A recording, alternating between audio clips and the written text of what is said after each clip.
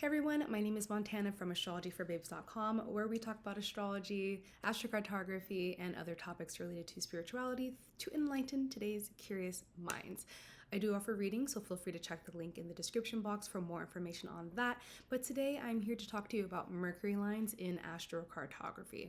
As we know, astrocartography is a subdivision of astrology where, very simply put, we look at your natal chart and map it out longitudinally and latitudinally across a global map in order to find out the best and most impactful places for you around the globe.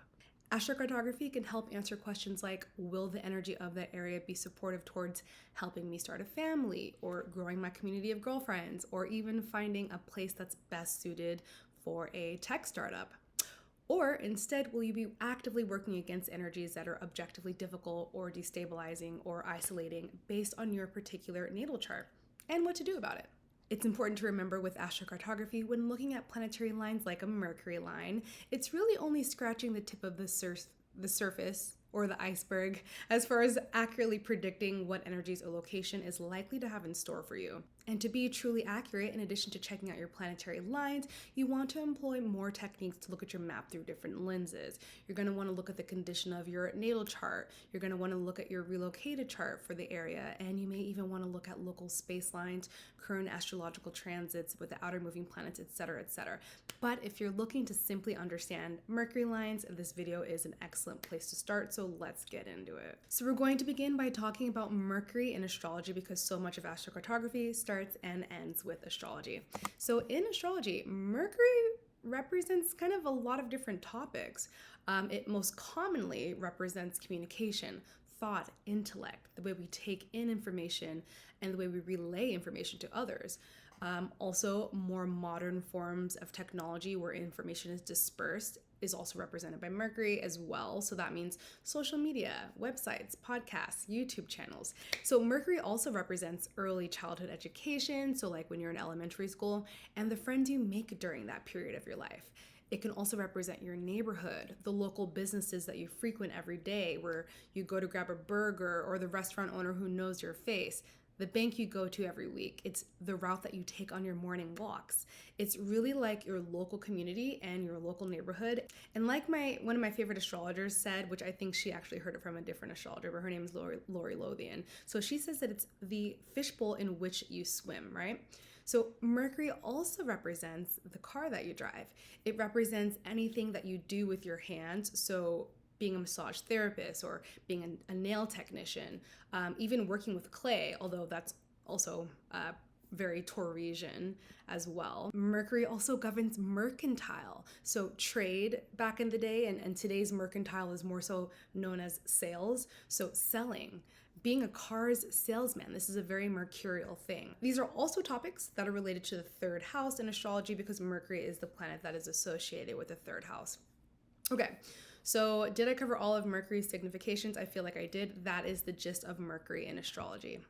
So when you think about the communication-oriented side of Mercury and which zodiac sign comes to mind, it's probably Gemini, right? Because Gemini is a very chatty, high energy, mentally swift sign. Or maybe even Virgo comes to mind, which is super intellectual, very analytical, very observant, really using their thought processes to register the minute details. And this would also make sense because Mercury does rule both Gemini and Virgo. Wherever Mercury is located in your chart can show what subject you're naturally interested in thinking about and talking about and learning about. So for example, if you have Mercury conjunct the ascendant in your first house, which governs your personality and your appearance and the way that you look and even the way that you dress to an extent, people are going to know you as someone who is probably very chatty. Mercury also bestows people with a youthful look. So if it's conjunct your ascendant, you might look younger than your age forever. It's actually one of the fountains of youth as far as appearance goes in astrology. Meanwhile, Juno conjunct your ascendant will also make you look younger than you are.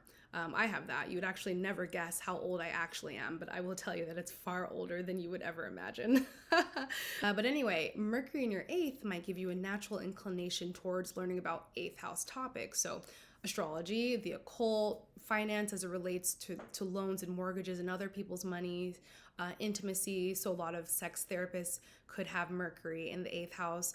Mercury in the 10th house might make writing or disseminating information in an important part of your career.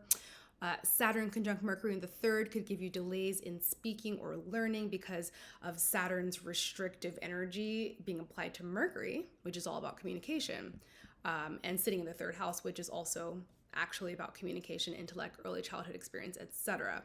So all of this is going to help us understand what to expect when dealing with Mercury lines and astrocartography, because all of these things could come into play depending on your natal chart.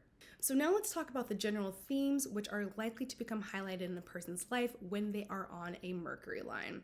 So taking cues from all those astrological signifiers that I just went over, in astrocartography, Mercury lines tend to be places where communication comes to the forefront. But sometimes this could be too much of a good thing. So we'll get into that in just a second. So the first theme that a person could experience on a Mercury line is talking.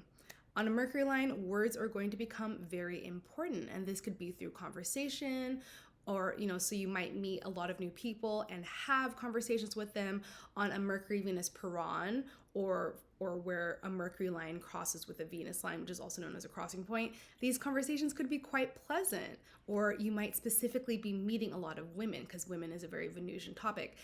Mercury lines are also great for the written word, so writing a book, starting a blog, these are things that would likely fare well on a Mercury line. And in general, you're just going to find that you're going to use your words a lot. So if you work in communications, this is generally quite a positive thing.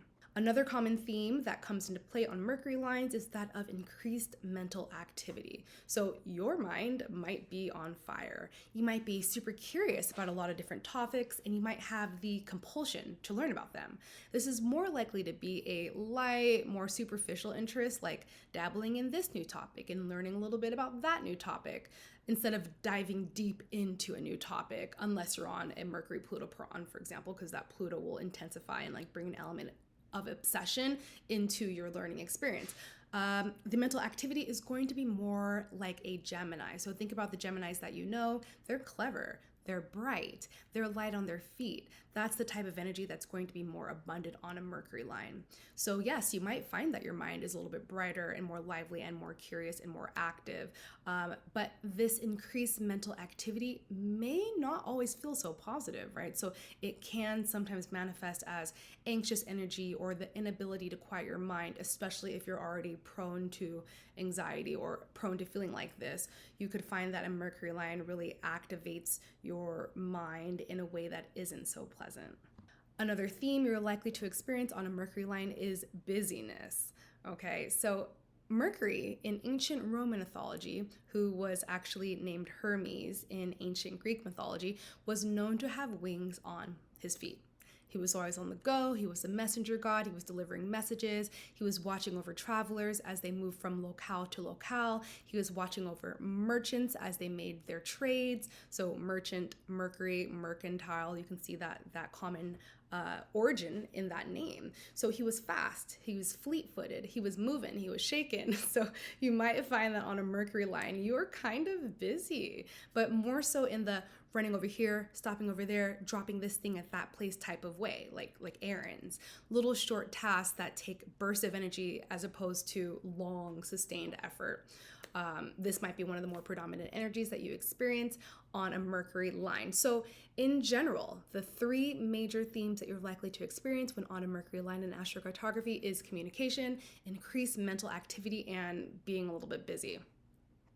So now let's talk about Mercury lines, hitting those four very important angles in your chart: the MC, IC, DC, and the AC. So again, you do want to think about where Mercury is located in your natal birth chart. What's it doing over there? What aspects is it making to your sun, for example, when potentially thinking about career matters, or to your moon when thinking about emotions, or your home or family, or aspects to your Mars as it relates to your communication potentially when you're angry or upset, or how it will interact with your sense of willpower and thinking about all of that together.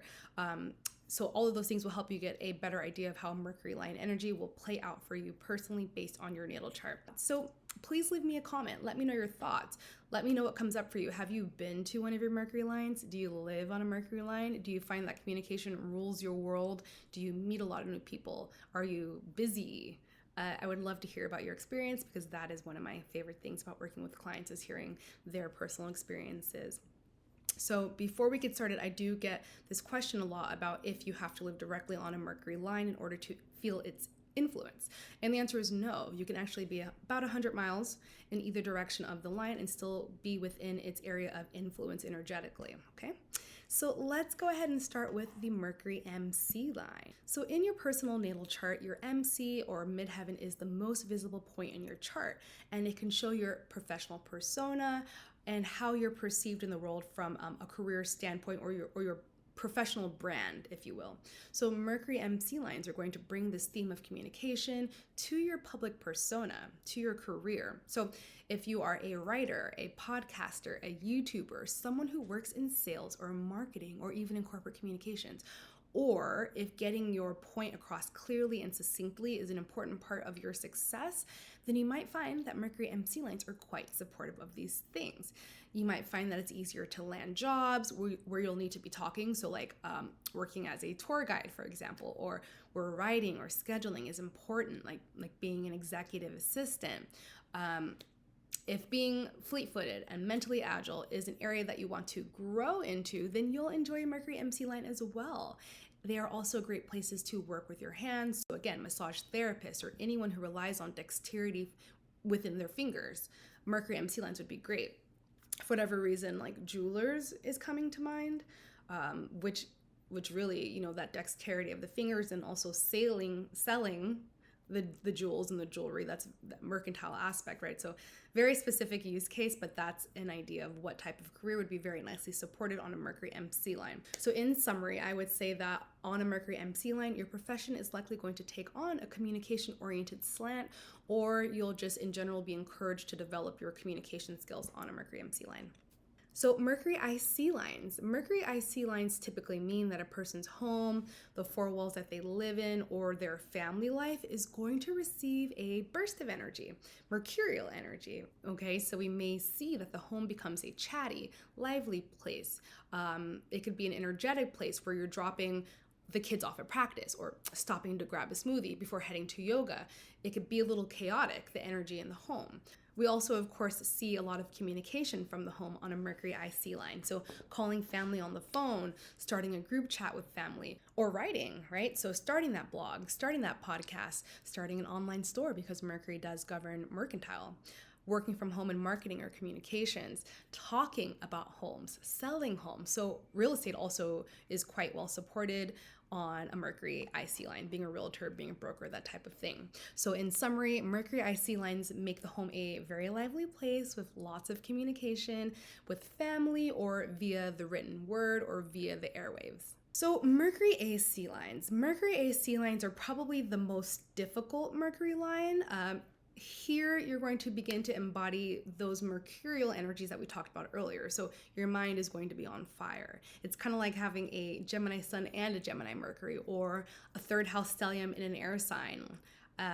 It's like you're thinking a lot. You're more curious than before you came to your Mercury AC line about a variety of topics. You want to dip in, dip out. You may find that you're using social media more. And, you know, again, this could be another one of those lines where you want to start a website to get some of this mercurial energy out, to have a mode to communicate all of the thoughts that you have inside and to share that and to disseminate information. You could also find that your life becomes busier with errands and tasks around your neighborhood, or that you do a lot of driving from city to city, locale to locale.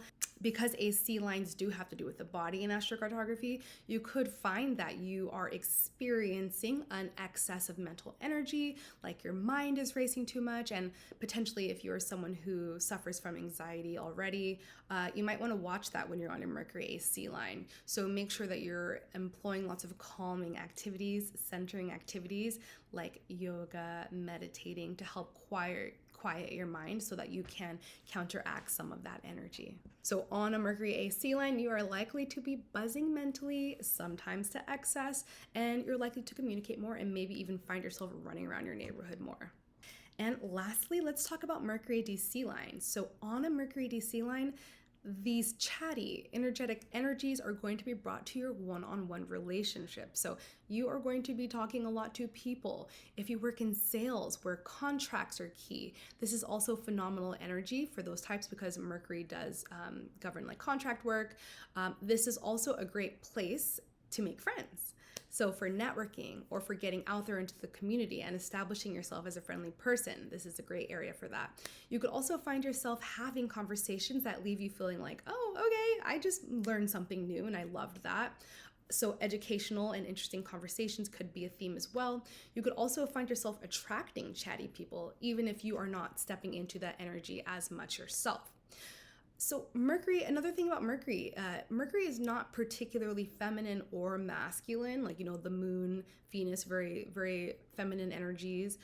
The sun and Mars, very masculine, active energies. It's a pretty neutral energy in that way. So it's not really supportive of romance, Mercury DC lines, I would say, but romantically, you could find yourself dating younger people because Mercury is a very youthful energy, or you could find yourself dating really intelligent, clever people. So again, attracting those mercurial types of people into your romantic orbit. So again, I do want to emphasize that you do truly need to look at a variety of astrocartographic techniques to really understand how these energies are going to play out for you, specifically based on your natal chart, because everybody's natal chart is so different. So again, look at your local space lines, look at your current transits to see what's going on with some of those slower moving planets, look at your relocated chart. And if you have any questions, definitely book a reading with me. My information is below, and I will see you all again soon.